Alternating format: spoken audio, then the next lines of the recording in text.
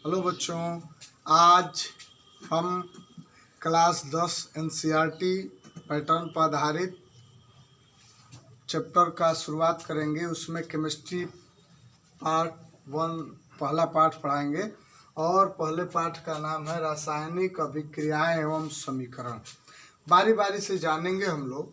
सबसे पहले बता दें कि धरती पर, पृथ्वी पर, चाहे प्रकृति में जो भी घटनाएं घट रही हैं तो या तो वह भौतिक परिवर्तन है या तो वह रासायनिक परिवर्तन है। दो ही प्रकार की घटनाएं घट रही हैं।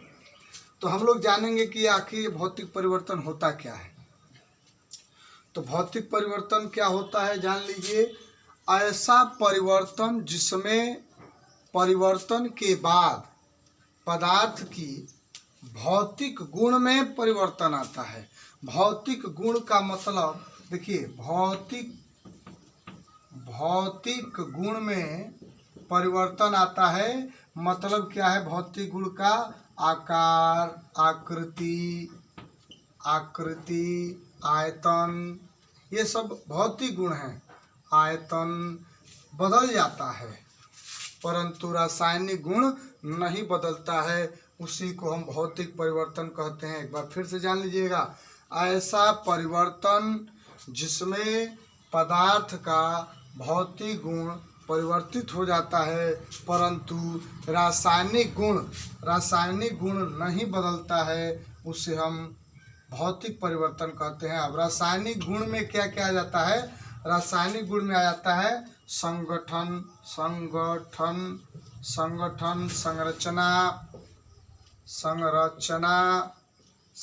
संरचना और अन्य गुणधर्म इसके आ जाते हैं, जैसे तीखापन, खट्टापन, ये सब, स्वाद, अन्य गुणधर्म आ जाते हैं।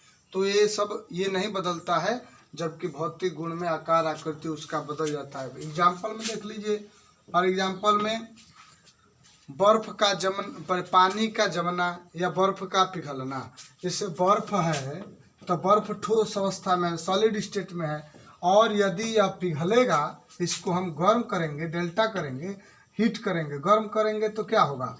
जब गर्म करेंगे तो यह पानी में बदल जाएगा, द्रव माने पानी हो जाएगा, और पानी लिक्विड है तो पानी बदल गया। फिर इसको ठंडा करेंगे तो फिर यह बर्फ में बदल जाएगा।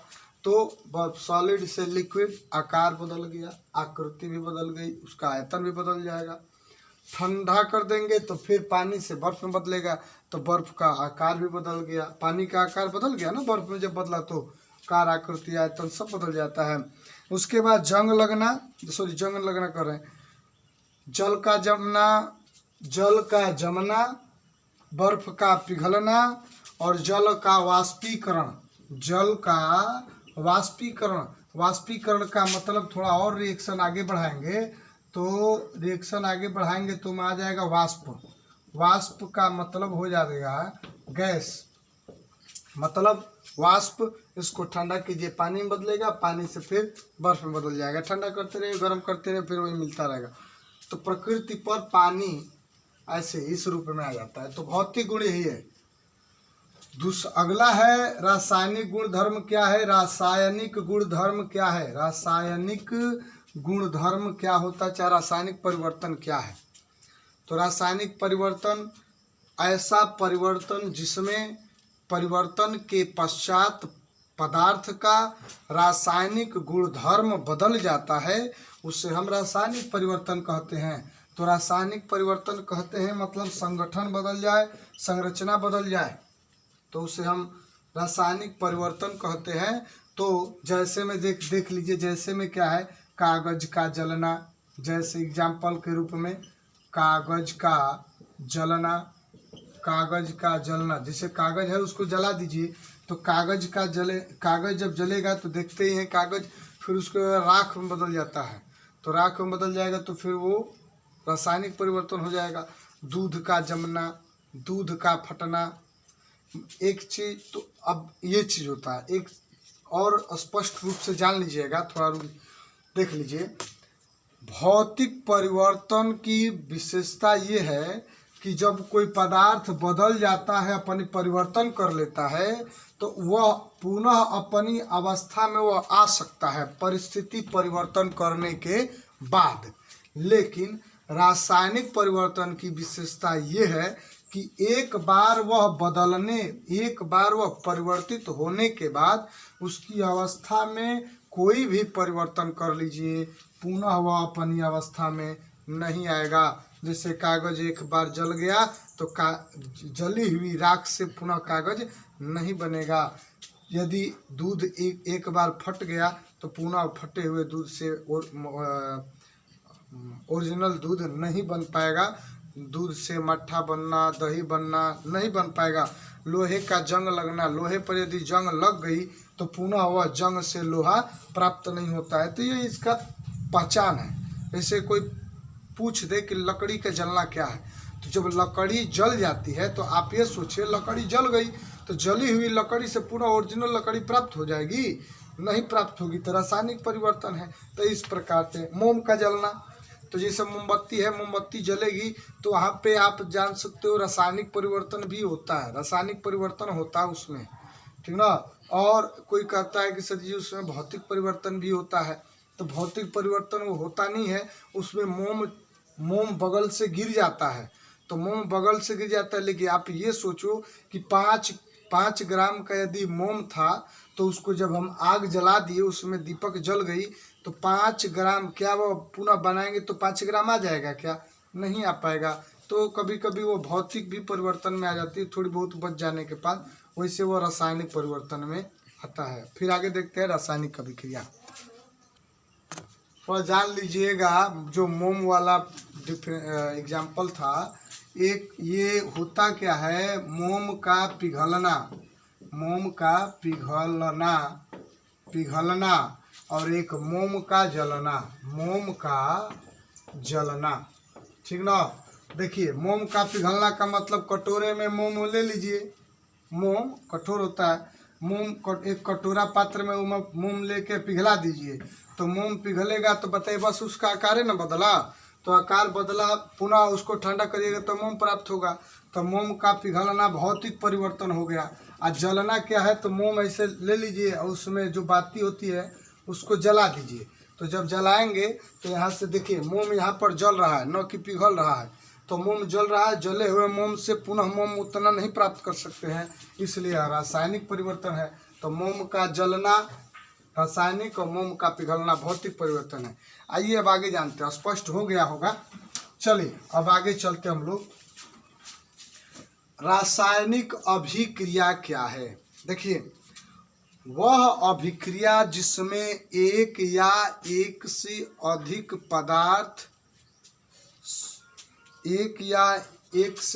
पदार्थ परस्पर अभिक्रिया करके एक नए पदार्थ का निर्माण करते हैं, जिसका भौतिक और रासायनिक गुण मूल पदार्थ से भिन्न होता है, उसे हम रासायनिक अभिक्रिया कहते हैं। मतलब क्या है, जैसे कोई पदार्थ ले लिए और जब वो अभिक्रिया कराइएगा या तो स्वयं से या दूसरे पदार्थ से, तो जो प्रोडक्ट मिलेगा, जो उत्पाद मिलेगा, उसका जो रासायनिक गुणधर्म होगा वो पहले वाले मूल पदार्थ से गुणधर्म उसका अलग अलग होगा। फॉर एग्जाम्पल में देख लीजिए, एग्जाम्पल में जैसे मान लीजिए Mg है, 2 Mg हो गया, तो Mg का जब आप कराइएगा जब रिएक्शन इसका, तो Mg को जब हम वायु की उपस्थिति में जलाते हैं तो Mg + O2 arrow mark MgO हो जाएगा।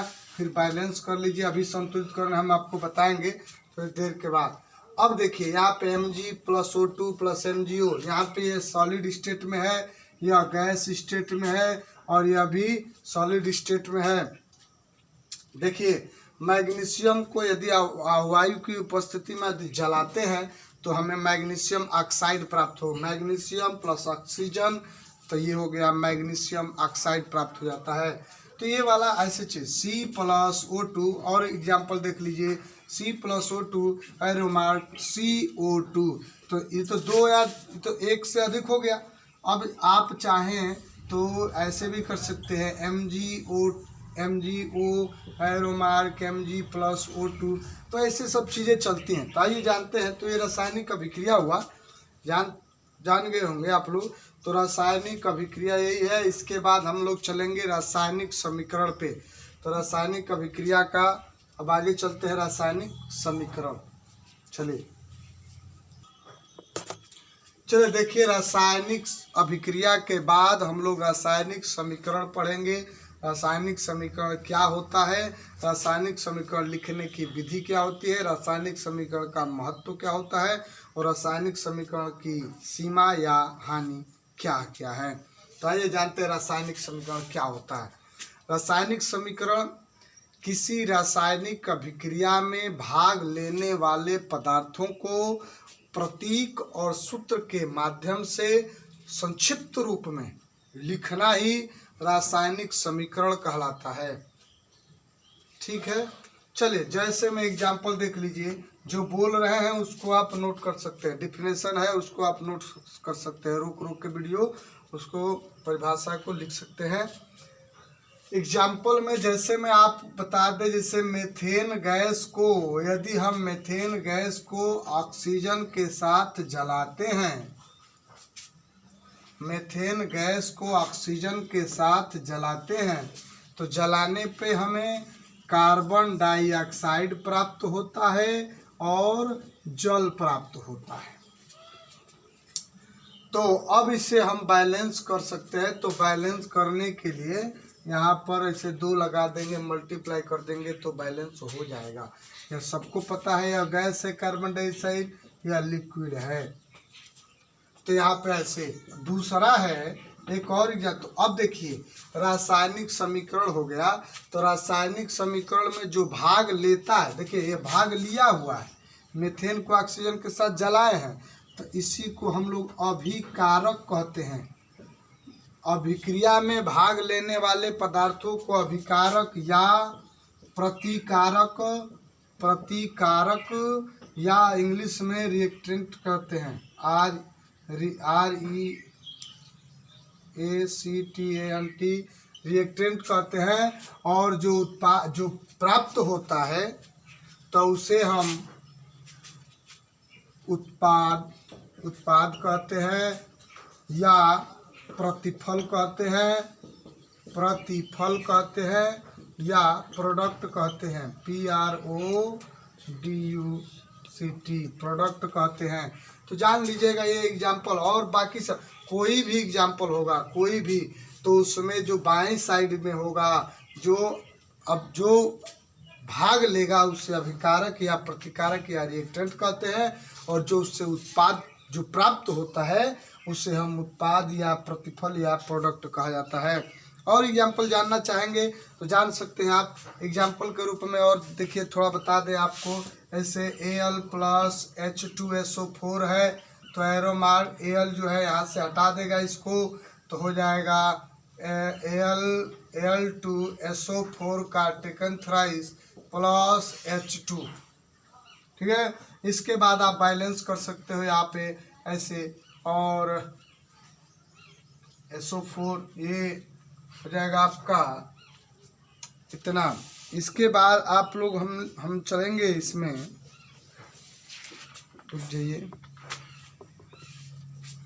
आगे जान लेते हैं। एक बार बैलेंस नहीं है क्या, बैलेंस देखिए बैलेंस कर लेते हैं थोड़ा सा। यहाँ पे 3 का मल्टीप्लाई करिए, 3SO4 है तो SO4 3, यहाँ पे 3 दूनी के 6, तो यहाँ पे 3 कर लीजिएगा, बैलेंस भी हो जाएगा।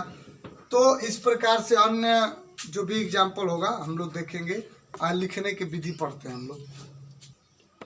चलिए देखते हैं रासायनिक समीकरण लिखने की विधि क्या होता है। रासायनिक समीकरण लिखने की विधि देखिए, यहाँ पे 10 पॉइंट हमने लिख दिया है, तो उसमें आप देखोगे कि सबसे पहले इसे हम तीर द्वारा प्रदर्शित करते हैं। रासायनिक समीकरण को तीर द्वारा प्रदर्शित करते हैं। फॉर एग्जांपल में C+O2 एरो मार्क CO2। देखिए आपको तीर का प्रयोग हुआ है, इसे तीर द्वारा प्रदर्शित किया जाता है। तो तीर द्वारा हम प्रदर्शित इसे करते हैं रासायनिक समीकरण को लिखते समय। दूसरा है अभिकारक बाईं ओर और उत्पाद दाईं ओर लिखा जाता है। मैंने जो तीर है, तीर के बाईं साइड में इधर जो है अभिकारक लिखा जाता है, अभिकारक, और इधर जो है उत्पाद लिखा जाता है, अभिकारक और उत्पाद। फिर देखिए तीसरा क्या लिखा है, दो या दो से अधिक अभिकारक या उत्पाद के मध्य प्लस चिन्ह का प्रयोग करते हैं। सिंगल है तो प्लस का प्रयोग करना जरूरी है। देखिए अभिकारक कितने हैं, एक दो, दुगो अभिकारक है तो दुगो अभिकारक के मध्य में प्लस चिन्ह का प्रयोग हुआ है। लेकिन CO2 अकेले उत्पाद है तो इसमें प्लस चिन्ह का प्रयोग नहीं किए हैं।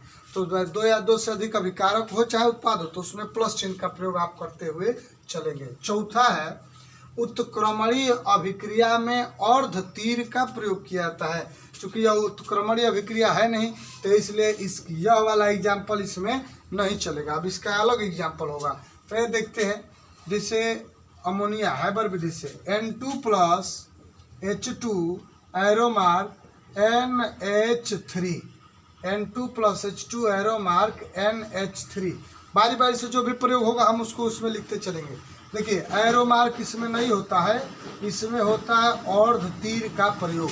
अब इसको हम पहले बैलेंस कर लेते हैं। देखिए यहाँ पर 2 है, यहाँ पर 3 है, यहाँ पर 3 है, यहाँ पर 3 कर लेते हैं, यहाँ पर 2 कर लेते हैं, 2 3 6 बराबर हो गया।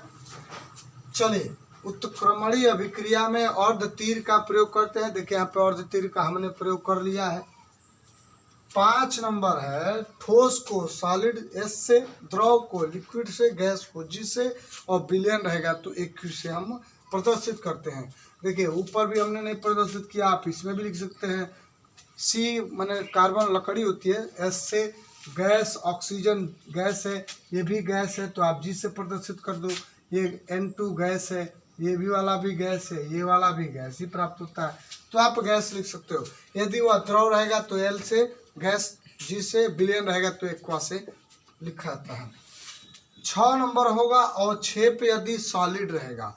ऐसे अवक्षेप यदि आता है और सॉलिड है तो उससे नीचे, जैसे तीर, आपसे सवाल पूछा जाता है क्या कि रिएक्शन रासायनिक समीकरण में जो नीचे की तरफ तीर होता है वो क्या दर्शाता है, तो आप कह सकते हो वह रासायनिक अभिक्रिया में प्राप्त हुए अवक्षेप को दर्शाता है। और जो तीर ऊपर की ओर दिखाया जाता है वो क्या दिखाता है, तो रासायनिक अभिक्रिया में प्राप्त हुई गैस को ऊपर से गई तीर से दर्शाया जाता है। ऊपर वाली तीर प्राप्त गैस को दर्शाती है, नीचे वाली तीर अभिक्रिया में प्राप्त अवक्षेप को दर्शाती है। इसको याद कर लीजिएगा। 7 नंबर है यदि अभिक्रिया में ताप, दाब और उत्प्रेरक को रखना हो तो कहाँ रखेंगे। तो आइए देखिए, यही अभिक्रिया है, इसमें ताप, इसका ताप होता है 500 डिग्री सेल्सियस। इसका फिर दाब, तो इसमें यही वाला होता है 200 ATM दाब पर यह अभिक्रिया पाई जाती है, की जाती है 200 ATM दाब। उत्प्रेरक, उत्प्रेरक होता है इसमें Fe, लोहे का चूर्ण उत्प्रेरक के रूप में होता है। और इसमें आप जान लो मॉलिब्डेनम होता है उत्प्रेरक वर्धक, माने उत्प्रेरक की क्षमता को बढ़ाने का काम करता है। उत्प्रेरक अभिक्रिया की क्षमता बढ़ाती है और उत्प्रेरक वर्धक जो है उत्प्रेरक की क्षमता बढ़ाता है। चलिए आगे देखिए 8 नंबर, यदि कोई अभिक्रिया गर्म कर रही हो, यदि किसी अभिक्रिया में को ताप दिया जा रहा है, गर्म कर रहा हो, तो उसके ऊपर जो है डेल्टा का प्रयोग किया जाता है। तो आप डेल्टा का प्रयोग कर सकते हो। जैसे फॉर एग्जांपल में देख लीजिए, आप देखिए यहाँ पे जैसे मान लीजिए CaCO3, यदि आप इसको हीट करते हो तो यहाँ पे डेल्टा तीर लगा दो और ये हो जाएगा CaO प्लस CO2, ऐसे आपको प्राप्त हो जाता है। तो यहाँ पे डेल्टा क्या कर रहा है, डेल्टा जो है गर्म करने का प्रतीक दिखाता है। 9 नंबर, मुक्त ऊष्मा को उत्पाद में प्लस से तथा अवशोषित ऊष्मा को उत्पाद में माइनस से लिख के दर्शाया जाता है। देखिए जैसे C+O2 एरोमार CO2, हालांकि यह एक ऊष्मा क्षेपी अभिक्रिया है। कितना ऊष्मा छोड़ती है, ऊष्मा यदि अभिक्रिया ऊष्मा क्षेपी होगा तो उत्पाद में प्लस कर दीजिएगा 94.0 किलो कैलोरी, किलो कैलोरी इसका मात्रक हो जाता है ऊष्मा का। तो जब ऊष्मा मुक्त होगी अभिक्रिया से तो उत्पाद में प्लस कर दीजिएगा, यदि अवशोषित होगा तो उत्पाद में माइनस कर दीजिएगा। फॉर एग्जाम्पल में N2 प्लस, फॉर एग्जाम्पल में आप देख लीजिए उष्मा शोषी में N2 plus O2 arrow mark NO minus 45 kilo calorie रहता है, तो यहाँ पर 2 का गुणा कर देंगे। देखिए उष्मा शोषी है क्योंकि माइनस है उत्पाद में, ये प्लस है तो उष्मा छिपी है। यहाँ पर देखिए 10 नंबर, भाग लिए गैसों को द्विपरमाणु कणु के रूप में लिखते हैं। जो भी इस अभिक्रिया में द्विपरमाणु कणु दिख रहा है वो सारे के सारे गैस हैं। देखिए ये वाला भी गैस है, ये वाला भी गैस, तो जो भी गैसें होंगी उसे हम द्विपरमाणु अणु के रूप में लिखेंगे। यही था रासायनिक समीकरण लिखने की विधि। इसका स्क्रीनशॉट लीजिएगा, प्रत्येक का एक एक उदाहरण याद कर लेंगे। चलिए ठीक है, अब आगे देखते हैं। देखिए रासायनिक समीकरण का महत्व और लाभ क्या है। तो रासायनिक समीकरण का पहला महत्व और लाभ है, रासायनिक अभिक्रिया में भाग लिए अभिकारक और उत्पाद का पता चलता है। मैंने जैसे था N2 plus H2 reverse NH3 है, तो इतना जब है तो आप इसको पता कर सकते हो ना। जैसे आपसे पूछे कि अभिकारक इसमें कौन है अभिक्रिया में, तो नाइट्रोजन है, हाइड्रोजन है, गैस है, और उत्पाद क्या प्राप्त हुआ है, अमोनिया प्राप्त हुआ है। तो वही कह रहा अभिक्रिया में भाग समीकरण को देख के बता सकते हैं कि अभिक्रिया का उत्पाद और अभिकारक क्या क्या है। दूसरा है अभिकारक तथा उत्पाद में भाग लिए अणुओं के संगठन तथा उसकी संरचना का पता चलता है। तो अणु का संगठन का मतलब द्विपरमाणुक है कि बहुपरमाणुक है कि कौन सा परमाणुक है, उसका पता चल जाता है। अभिकारक का उत्पाद में भाग लिए अणुओं के संगठन का पता चल जाता है। अणुओं की संख्या तथा द्रव्यमान का अपेक्षिक अनुपात आप चाहे तो निकाल सकते हैं। कौन से अनुपात में लिया है, तो 1:3 के अनुपात में अमोनिया भाग लिया है, तब जाकर अमोनिया बनता है।